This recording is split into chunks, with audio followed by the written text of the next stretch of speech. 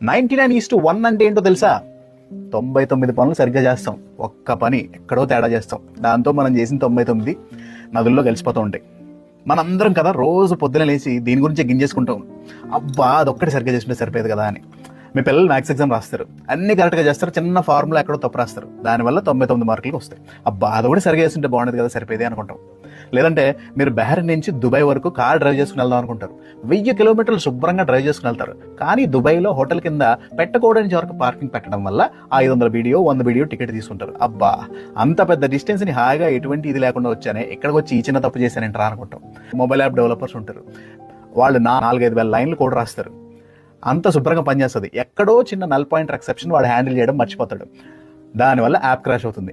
Manager వచ్చి ఏమంటాడు, అరే నీకు అసలు మొబైల్ యాప్ డెవలప్మెంట్ వచ్చా, యాప్ చూడ ఎలా క్రాష్ అయిపోయిందో, కస్టమర్ చూడ ఎలా ఇంపాక్ట్ అయిందో అంటారు. సో మనం చేసిన పనులు 99 మంచి పనులన్నీ గంగా గోదావరి కావేరిలో కలిసిపోతాయి. అండ్ సాడ్లీ గత 10 రోజుల్లో జరిగిన ఈవెంట్స్ వల్ల మన నిఘా వర్గాలు ఎంతో కృషి చేస్తాయి మనల్ని కాపాడడానికి, లక్షల మందిని కాపాడారు వాళ్ళు. కానీ అవన్నీ ఎవ్వరు గుర్తుపెట్టుకోరండి.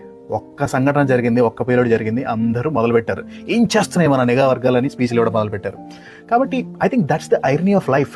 సక్సెస్ ఎప్పుడు సైలెంట్గానే ఉంటుంది, కానీ ఒక్క ఫెయిల్యూర్ కూడా గొంతెత్తి శుభ్రంగా ఊరందరికీ వినిపించేలా అరుస్తూ ఉంటుంది. మనం దాన్ని అలవాటు చేసుకోవడం ఎంతైనా బెటర్. ఆ తప్పులు చేయకుండా ఉంటే చాలా, కొత్త తప్పులు ఎలాగో అందరం చేస్తాం, సో రిపీట్ చేయకుండా మనం మిస్టేక్స్ చేయాలి. కొత్త తప్పులు మంచిదే, ఎలాగో నేర్చుకుంటూ ఉంటాం కదా. కానీ నా అభ్యర్థన ఏంటంటే, మన నిఘా వర్గాలు మాత్రం దయచేసి ఎవరు తిట్టకండి.